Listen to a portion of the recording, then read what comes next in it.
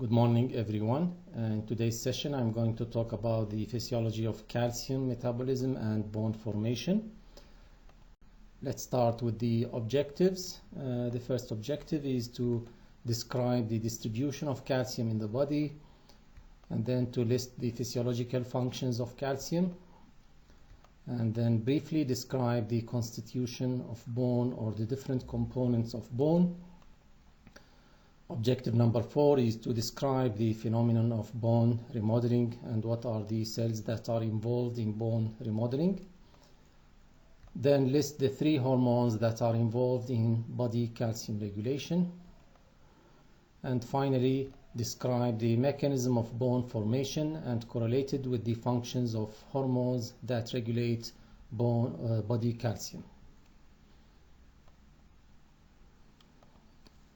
As we know, the endocrine system regulates the plasma concentration of a number of inorganic electrolytes. For example, aldosterone from the adrenal cortex controls sodium and potassium concentrations in the extracellular fluid.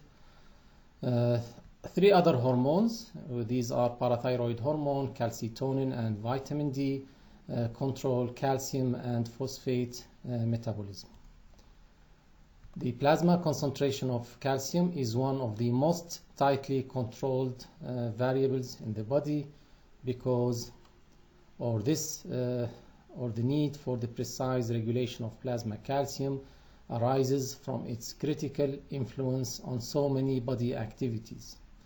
As we'll see that calcium has a lot of or plays a critical role in a lot of vital activities in the body. The distribution of various body cations, as you know, we have a lot of ions or electrolytes in our body, among them the positively charged cations like sodium, potassium, calcium, iron, and so on. Calcium is the most abundant cation in the human body. It represents about 40% of all cations in the body. It exceeds the concentration of sodium and potassium. As you can see, 40% of the cations of our body is in the form of calcium. Now, what about the distribution of calcium itself in the different areas or different organs of the body? About 99% of the calcium in our body, which is about 100 grams or 1 kilogram up to 1.2 kilograms, is present in crystalline form within the skeleton and teeth. So the majority of calcium is present as crystals of calcium phosphate deposited or precipitated in the bones and teeth of our body. What remains is about 1%, and out of that 1%, about 0.9%, which is 9 grams, is found inside the cells. So it is intracellular within the cells of the soft tissue, and the remaining 0.1%, which is about 1 gram, is present in the extracellular fluid. This 1 gram or 0.1% of the total body calcium is present, as I said, in the extracellular fluid, and it is divided into 2 halves. One half is not used or is not metabolically available, so about 41% of that, if we consider the 1 gram as 100% that is present in the plasma or extracellular fluid, 41% is bound to calcium, bound to proteins, 9% is complexed with other anions like calcium phosphate, and 50% of that 1 gram, which is about 0.5 gram, is present as free ionized calcium that is available for exchange between the extracellular fluid and the different other components like the intracellular fluid and bone. So approximately half of the extracellular calcium is bound to plasma proteins and therefore restricted to the plasma, so it cannot even go to the interstitial fluid, or is complexed with phosphate and not free to participate in chemical reactions. So half of the extracellular calcium cannot participate in cellular in chemical reactions, and also some of it, or 41% of that, cannot even leave the plasma to reach the interstitial fluid. The other half of the extracellular calcium is freely diffusible and can readily pass from the plasma into the interstitial fluid and interact with the cells. Only this free extracellular fluid calcium is biologically active and subject to tight regulation. This 0.5 gram, which represents less than 1/1000th of the total calcium in the body, is subject to very tight regulation because most of the biological actions of calcium are performed by this free calcium. Now let's talk about those important functions of calcium in general, especially the extracellular calcium or the free calcium. This small free fraction of extracellular fluid calcium plays a vital role in a number of essential activities, including the following. Number one, which is one of the most important activities or essential activities, is the neuromuscular excitability. Even minor variations in the concentration of free extracellular fluid calcium can have a profound and immediate effect on the sensitivity of the excitable tissues, and here we mean the muscles, all types of muscles and neurons. These effects of calcium result from the influence of calcium on the membrane permeability to sodium, because a decrease in free calcium increases sodium permeability, with the resultant influx of sodium moving the resting membrane potential closer to threshold. So when the calcium level decreases, the membrane permeability to sodium increases, and this will bring the membrane potential near to threshold, and any sub-threshold stimulus can cause depolarization of the membrane of those excitable cells. So it will increase, or hypocalcemia will increase the excitability of neurons and muscles.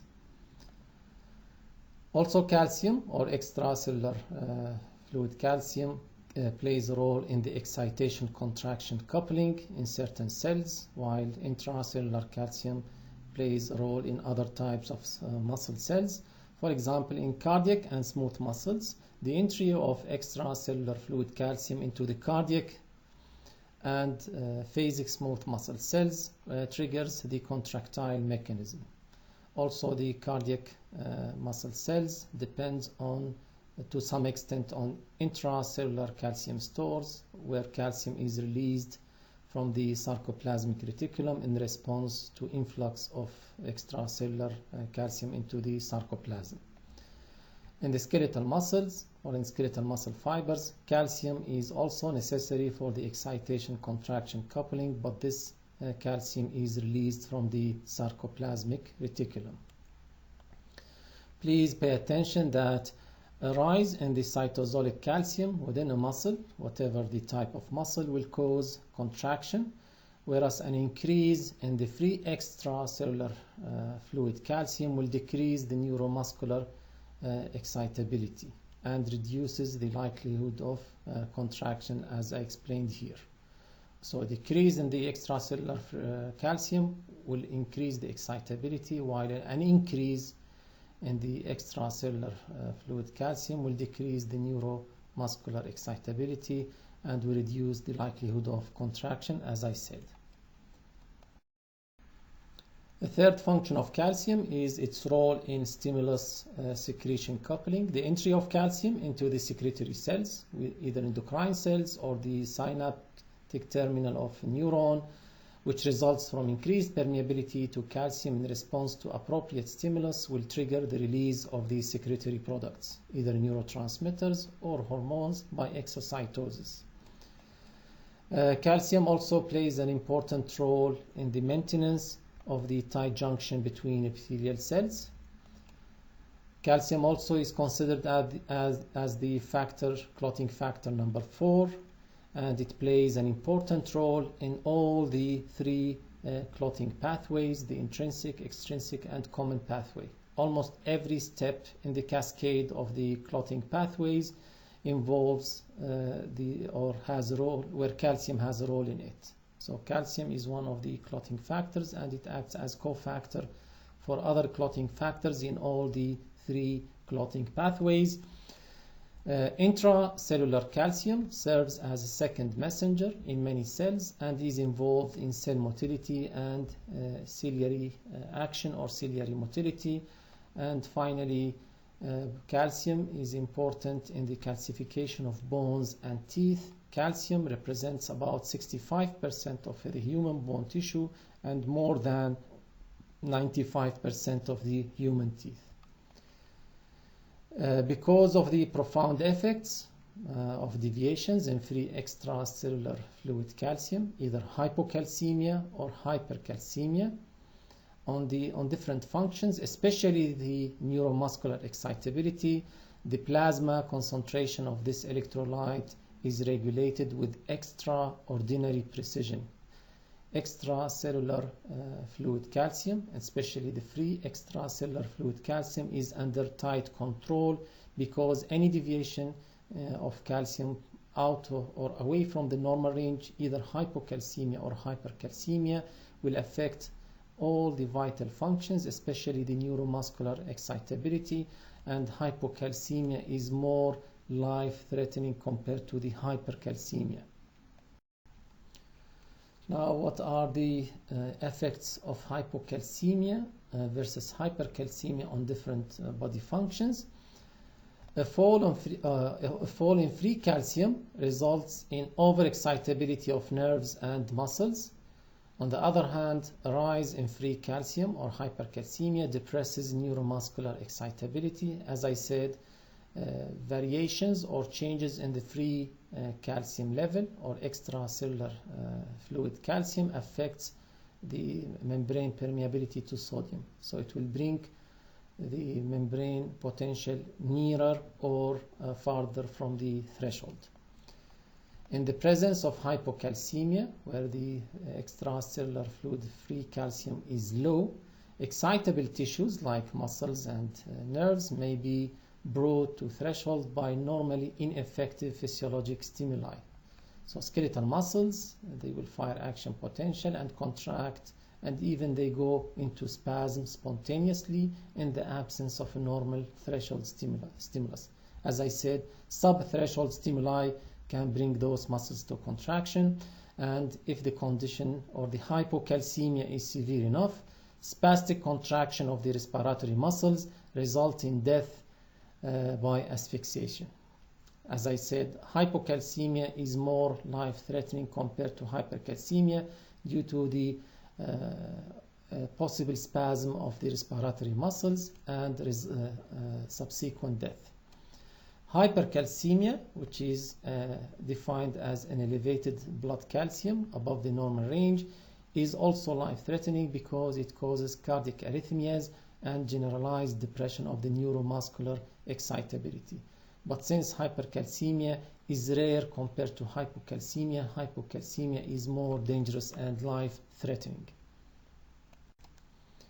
If you remember the bone composition, as you know, we have different bones are classified according to their shape.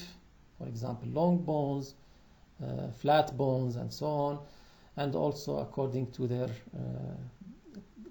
microscopic appearance into compact bone and cancellous bone. And if we go further into the structure, we can see that the bone is composed of basic structural units called osteons.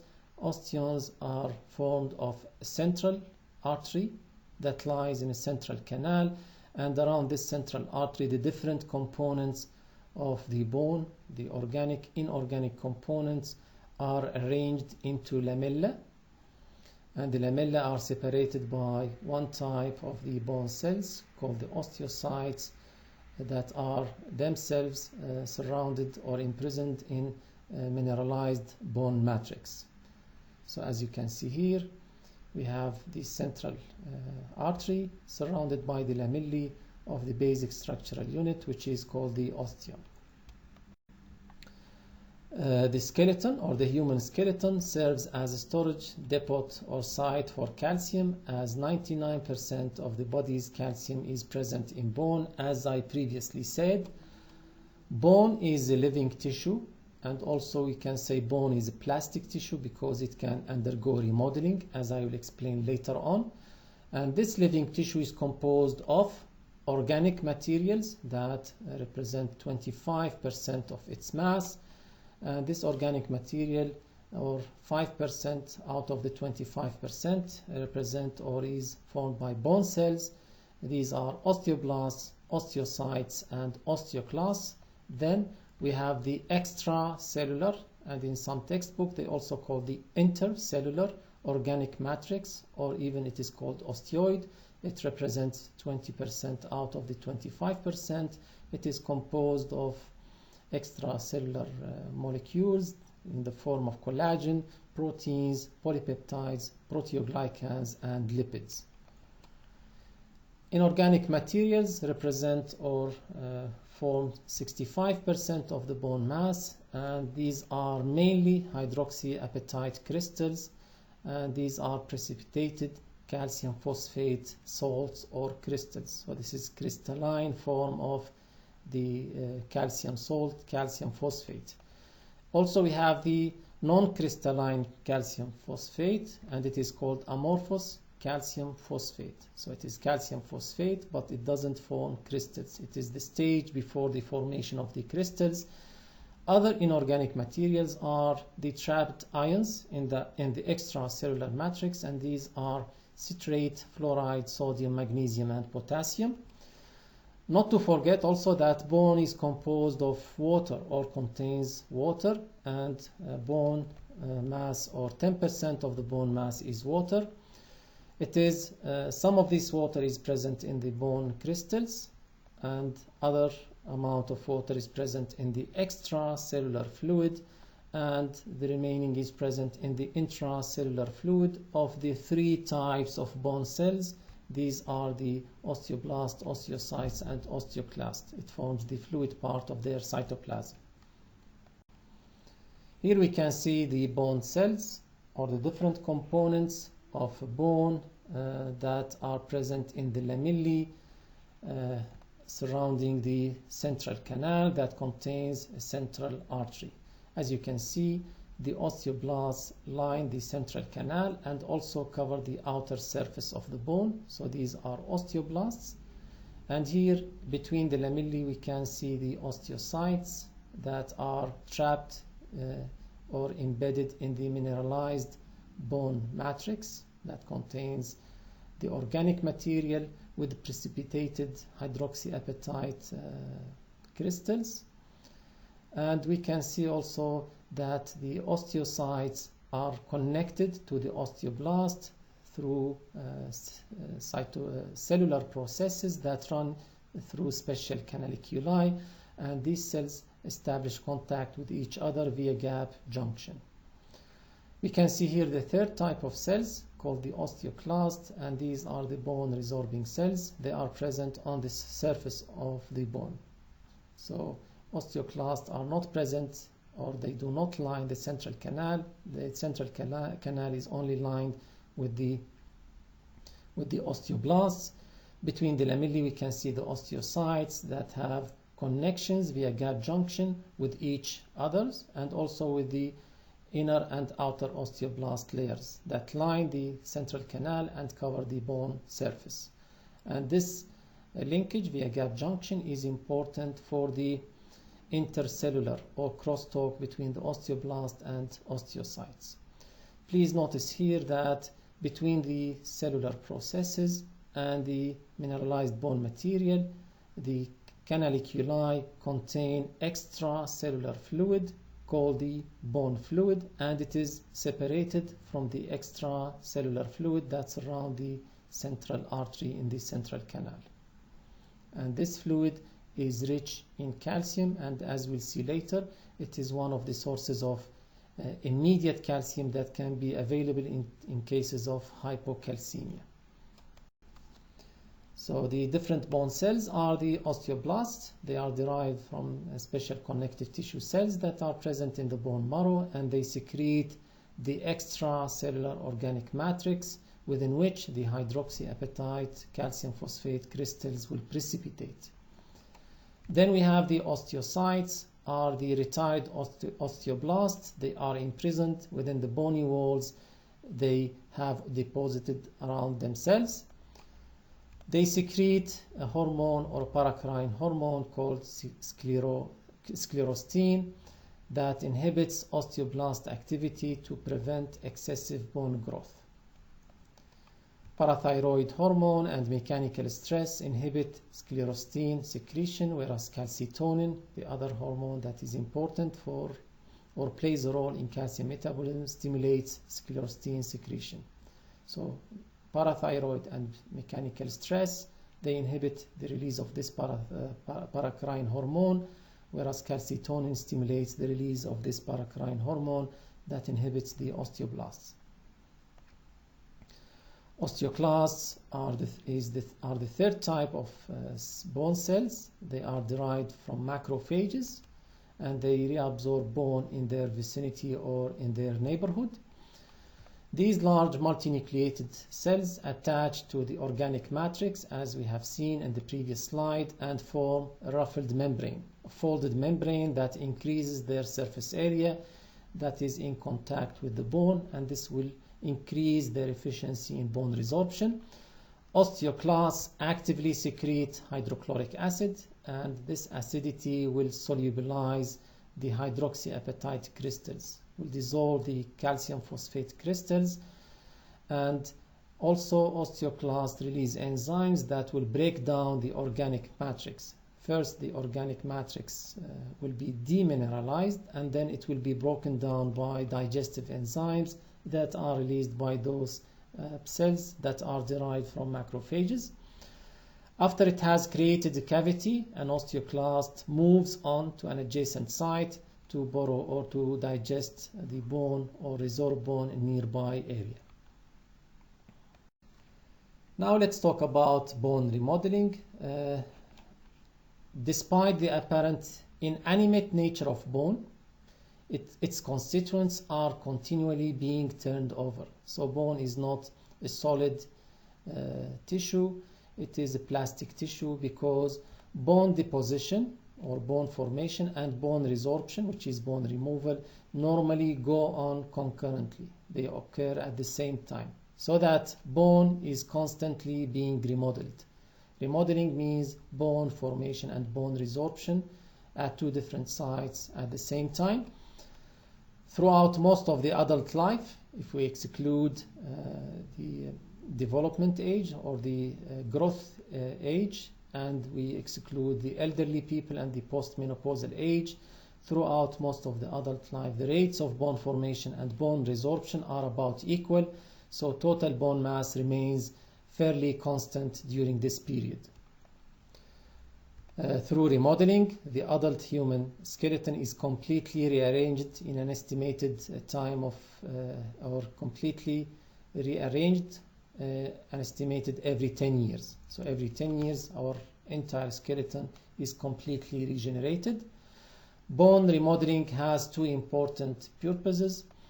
It keeps the skeleton appropriately engineered for maximum effectiveness in its mechanical use, and this is important for the development of stress lines, as you will study in the orthopedics. And the other important function, that it maintains the plasma calcium level. So this bone remodeling is very important for the regulation or maintenance of plasma calcium level, as we'll see in the coming slides. There is a crosstalk between the different bone cells, and here in this slide we'll see how osteoblasts can control the activity or the development and activity of osteoclasts. As you can see, osteoblasts control osteoclast development and activity by producing two chemicals that affect osteoclasts in two opposite ways. Here we have osteoblasts and their precursors. Osteoblasts and their precursors can produce rank ligand, which is receptor activation nuclear factor kappa beta, and also osteoprotegerine. So we have two different chemicals that can be produced by the osteoclasts and their precursors, and they affect the activity of osteoclast in two different ways. One of them will increase osteoclast activity, the other one will decrease the osteoclast activity.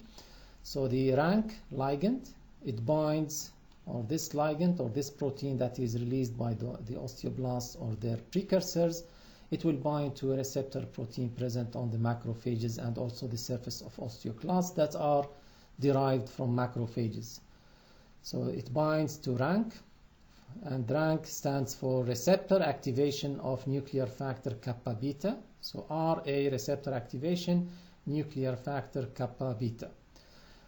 And this peptide that is released from the osteoblast will bind to the receptor, to protein receptor on the membrane of nearby macrophages, and this will induce the macrophages to differentiate into osteoclasts, and also will suppress the apoptosis of the osteoclasts. So the osteoclast activity, the number and the activity of osteoclasts will increase.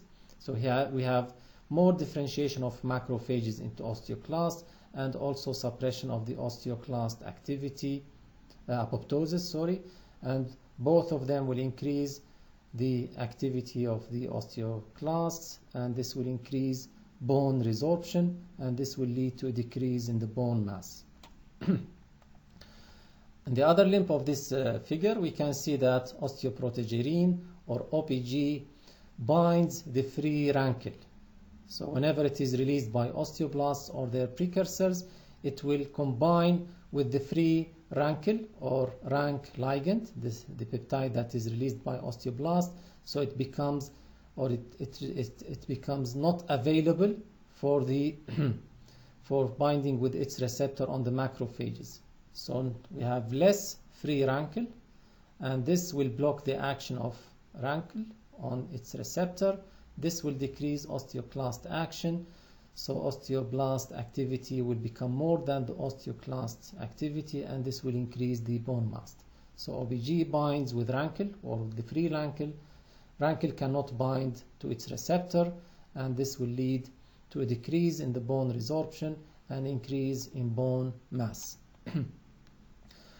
As you can see here, if there is a balance, or the balance between the rancle and OPG is very important determinant of the bone density.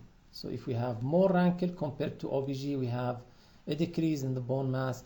On the other hand, if we have higher amount or higher concentration of OPG released by osteoblast compared to the rancle, then we have less osteoclast activity, and this will increase the bone mass.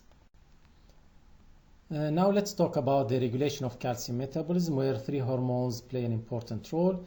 As I said at the beginning of this session, that 99% of the body calcium is present in bone, 0.9% is present inside the cells, intracellular calcium, and 0.1 is present in the extracellular fluid, or 0.1%, and half of this 0.1% is free calcium that is very essential for, or plays a vital role in many essential functions, including the neuromuscular excitability. As you can see, the different compartments, they exchange calcium between each other, and this is under hormonal control. And here we can see that our daily intake of calcium is about 1 gram per day, and our body contains 1 gram or 100 milligram of calcium in total, or 1 kilogram or 1.2 kilogram. So out of the 1 gram or 1000 milligram that we take daily through our digestive system, only 350 milligram are absorbed, but 250 milligrams are secreted. So the net absorption is 100 milligram per day, and the about 900 milligram of calcium is excreted in feces or fecal material. Also, about 500 milligram of calcium are deposited in bone per day, and 500 milligram are resorbed due to the activity of osteoblast and osteoclast respectively.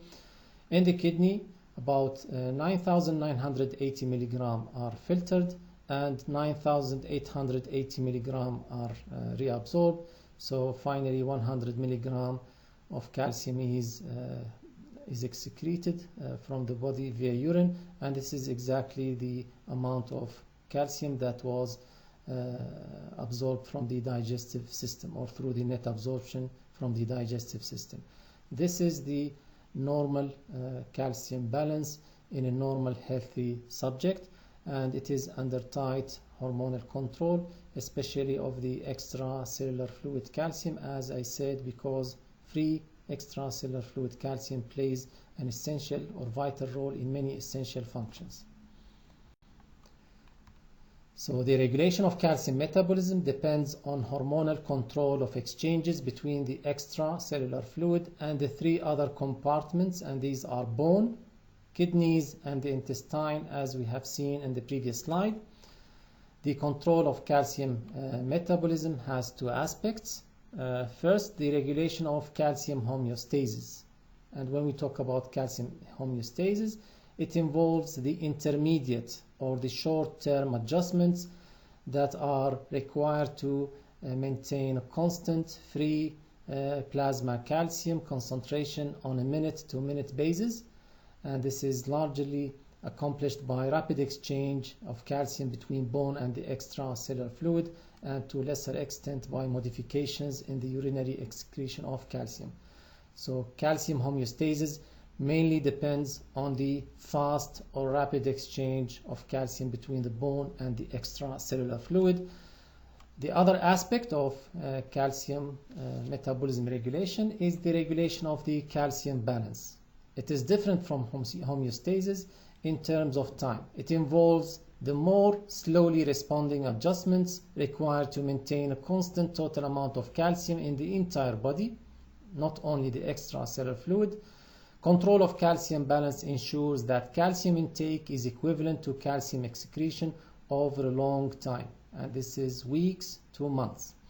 Calcium balance is maintained by adjusting the extent of intestinal calcium absorption and urinary calcium excretion. As I said, calcium balance occurs over a long time, and it is maintained by adjusting the extent of intestinal calcium absorption and urinary calcium excretion. The parathyroid hormone is the principal regulator of calcium metabolism in our body.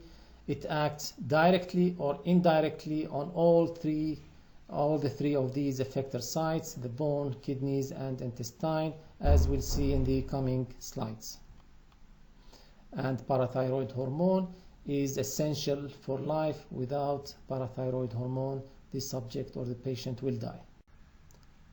In the coming few slides, I'm going to talk about the effect of the three different hormones on calcium metabolism, and here I'm starting with the effect of parathyroid hormone on calcium metabolism. The main effect of parathyroid hormone is on calcium metabolism is mediated by its effect on bones. Throughout life, parathyroid hormone uses bone as a bank from which it withdraws calcium as needed to maintain plasma calcium level. Parathyroid hormone has two major effects on bones that raises plasma calcium concentration.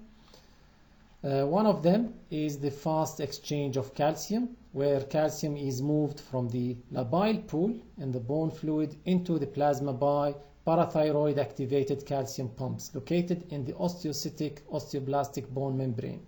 As I said, osteoblasts and osteoclasts, they have food processes or cytoplasmic or cellular processes that are in contact via gap junction, and they form an osteocytic osteoblastic bone membrane that separates the extracellular fluid around the artery in the central canal, and the bone fluid that is present in the canaliculi between the mineralized bone and the food processes or the membrane that is formed by the osteocytic osteoblastic bone membrane. The first effect, or the main effect, is, or the fast effect, is via the stimulation of primary active transport of calcium, which is ATP mediated, and this will lead to the fast transport of calcium from the bone fluid, which is considered as the labile pool of calcium in the bone into the central canal and then to the artery in the central canal. So it induces a fast calcium efflux into the plasma from the small labile pool of calcium in the bone fluid. And as I said, through the activation of calcium pumps located in the osteocytic osteoblastic bone membrane. The second effect is slower. It is a slow exchange of calcium, where calcium is moved from the stable pool in the mineralized bone into the plasma through parathyroid hormone induced dissolution of the bone by osteoclast. So the osteoclast will resorb the bone. There is release of the calcium phosphate, and this calcium phosphate is released from the mineralized stable bone pool of calcium into the bone fluid and then into the central canal, where it will enter the plasma of the artery in the central canal. So parathyroid hormone stimulates bone dissolution and promotes a slower transfer into the plasma of both calcium and phosphate from the stable pool of the bone minerals into the bone itself. You can notice here the difference. The fast effect involves only the fast efflux or transport of only calcium from the labile pool of calcium into the plasma, while the slow transfer that is induced by parathyroid hormone and that is mediated by osteoclast involves the movement of calcium and phosphate that result from the dissolution of hydroxyapatite crystals into the blood vessel. Also, parathyroid hormone has effects on the kidney, where parathyroid hormone promotes calcium conservation or reabsorption and phosphate elimination by the kidneys during urine formation or during the process of urine formation. Parathyroid hormone decreases urinary calcium losses, therefore it will increase plasma calcium, and it will decrease phosphate reabsorption, and this will increase urinary phosphate excretion and reduces the plasma phosphate level. This parathyroid hormone-induced urinary removal of extra phosphate from the body fluid is essential for preventing reprecipitation of calcium freed from the bone. So the body should reduce phosphate by eliminating it into the urine to avoid the reprecipitation of calcium phosphate back into the bone. So now we have this calcium that was freed from the bone available in the plasma. Also, parathyroid hormone has an effect on the calcium and phosphate absorption in the intestine, but this effect is indirect. Parathyroid hormone has no direct effect on the intestine. It indirectly increases both calcium and phosphate absorption from the small intestine by helping in the process of vitamin D activation. Vitamin D now, or the active vitamin D that was formed in response to parathyroid hormone stimulation, will directly increase the intestinal absorption of calcium and phosphate. So the parathyroid hormone has direct effect on the bones, on the kidneys, but on the intestine its effect is indirect and is mediated by the hormone vitamin D. The second hormone that plays a role in calcium metabolism is the hormone calcitonin. It is a peptide hormone that is released from the C cells of the thyroid gland. It exerts an influence on plasma calcium levels and has two effects on bone, and both effects decrease plasma calcium levels. The first one, which is short-term effect, it decreases calcium movement from the bone fluid into the plasma. So it reduces the movement of calcium from the labile pool into the plasma. Another effect, which is long-term effect, where it decreases bone resorption by osteoclasts inhibition, and the suppression of bone resorption will reduce both plasma calcium and phosphate concentrations. Calcitonin also inhibits calcium and phosphate reabsorption from the kidney tubules during urine formation. This will further reinforce its hypocalcemic and hypophosphatemic effects. Calcitonin has no effect on the intestine and also has no role in the activation of vitamin K, either stimulation or inhibition. So it is not like the parathyroid hormone, where parathyroid hormone was shown to play a role in vitamin D activation. The primary regulator of calcitonin release is free plasma calcium concentration, and calcitonin plays little or no role in the normal control of calcium or phosphate metabolism. As I said, hypercalcemia is relatively rare compared to hypocalcemia, and the removal of the thyroid hormone or tumors that oversecrete calcitonin were not shown to have a great effect on the patient's life. Here we can see that the main regulator for the secretion of both hormones, parathyroid and calcitonin, is the plasma-free calcium. So the plasma-free calcium is the primary regulator of both parathyroid and calcitonin secretion. When we have hypocalcemia, this will stimulate the parathyroid gland to produce parathyroid hormone, and this will promote an increase in the plasma calcium concentration back to normal, and the low calcium will inhibit the thyroid C cells, so we have less calcitonin production when we have hypocalcemia. On the other hand, an increase in plasma calcium will inhibit the parathyroid glands and stimulate the C cells in the thyroid gland, and this will increase calcitonin. The high calcitonin in the blood will promote the deposition of calcium into the bone, and this will decrease plasma calcium concentration. Now let's talk about the third regulator of calcium metabolism, which is vitamin D. It is also considered as a hormone, as I will explain in a few seconds in this slide. Vitamin D, or called calciferol, a steroid-like compound essential for calcium absorption in the intestine. Vitamin D is considered a hormone because the skin can produce it from a precursor, which is 7-dehydrocholesterol, upon exposure to sunlight. However, this chemical messenger, or this vitamin, has been considered as a vitamin as it was originally discovered and isolated from dietary source and tagged as a vitamin. So it can be considered as a vitamin and also as a hormone because the skin can produce or synthesize this vitamin. That's why we can also consider the skin as one of the endocrine organs in our body.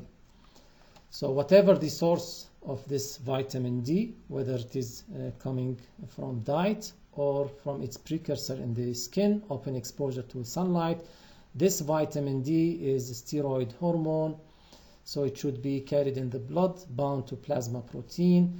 Vitamin D, whether it is coming from diet or from the skin, it is inactive, and for its activation, 2 hydroxy groups should be added sequentially, one in the liver and the other one in the kidneys. The second hydroxylation that happens in the kidney is stimulated by the parathyroid hormone, and this is the main stimulus, and to lesser extent by low plasma phosphate or hypophosphatemia. Now we have the dihydroxy vitamin D3, which is the active form of vitamin D. It will circulate in the blood to reach the small intestine, where it will promote the absorption of calcium and phosphate into the blood.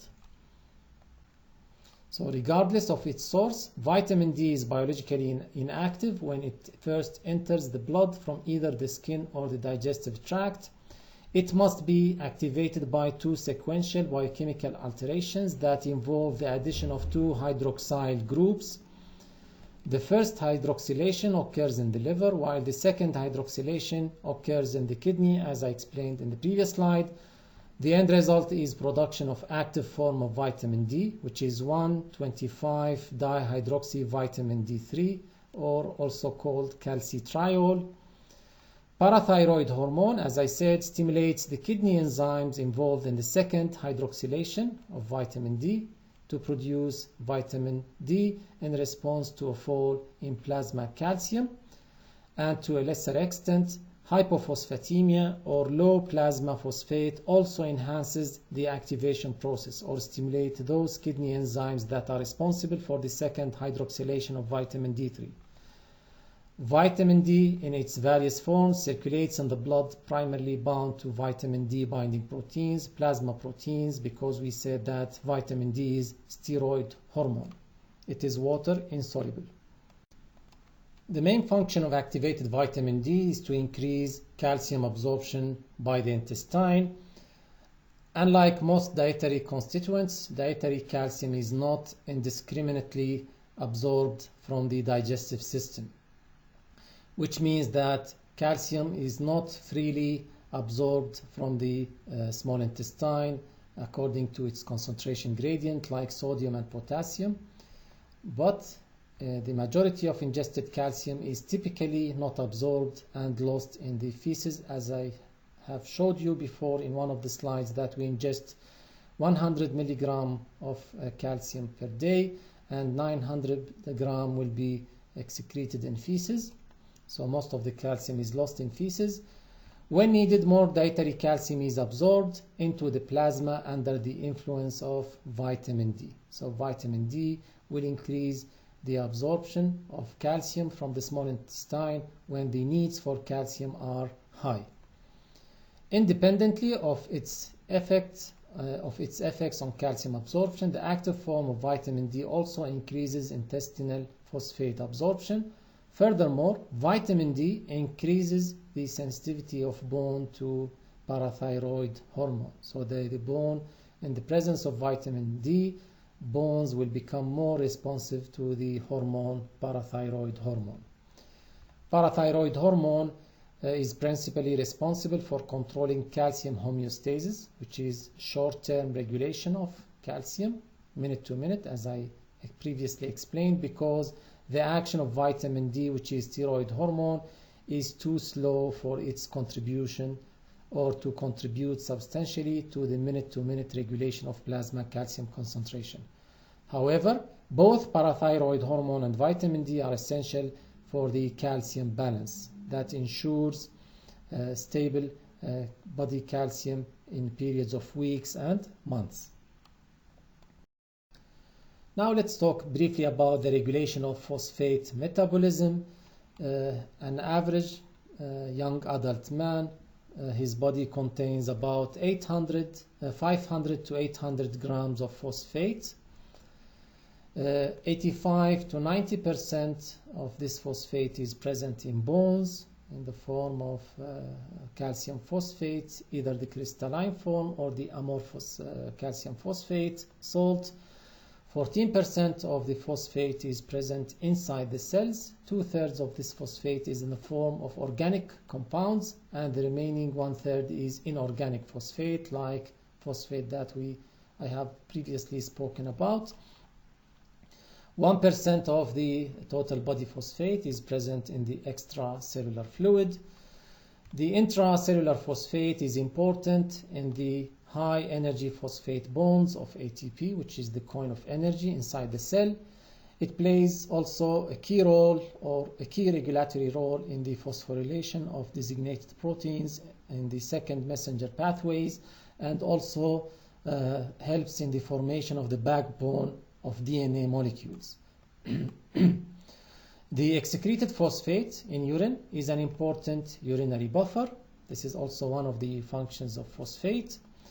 And in the extracellular fluid, plasma phosphate concentration is not as tightly controlled as plasma calcium concentration. Phosphate is regulated directly by vitamin D that influence its absorption from the intestine, and indirectly by the plasma calcium parathyroid feedback loop. In this slide we can see how the plasma phosphate is regulated. Assume that there is low plasma phosphate or hypophosphatemia. The low plasma phosphate, as I have said in one of the previous slides, can directly stimulate the kidney enzymes that are involved in the activation of vitamin D. So this will lead to elevation of the active vitamin D in the blood. This high levels of vitamin D will circulate to the small intestine and will increase the absorption of calcium and phosphate. So this increase in phosphate absorption will increase the plasma phosphate back to normal. On the other hand, the low plasma phosphate will lead to an increase in plasma calcium. This is because of the inverse relationship between plasma phosphate and calcium concentrations that is caused by the solubility characteristics of calcium phosphate salt. Whenever the plasma phosphate decreases, the plasma calcium increases.